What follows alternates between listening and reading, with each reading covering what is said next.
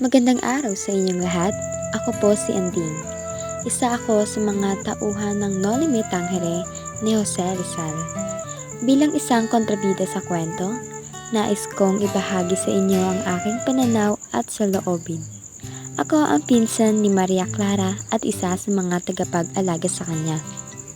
May mga cartier na nagpapakita ng katapatan, kabutihan at kahalagahan ng pag-ibig sa kapwa. Nakikita ko rin ang pagbabago at mga hamon ng pag-asa sa mga kaganapang ito. Isa ako sa mga nabigo at nasaktan ng pag-ibig. Hindi ako ang pinili ni Crisostomo Ibarra at iyon ang nagudlot sa akin ng kalungkutan at pagnanasa. Ganun pa man, hindi ito sapat na dahilan upang labis na magiganti at makasakit ng iba. Naging saksi rin ako sa mga karumaldumal na kaganapan sa kwento. Ang pang-aabuso at paghihirap ng mga Pilipino ng mga Friday at mga may kapangyarihan.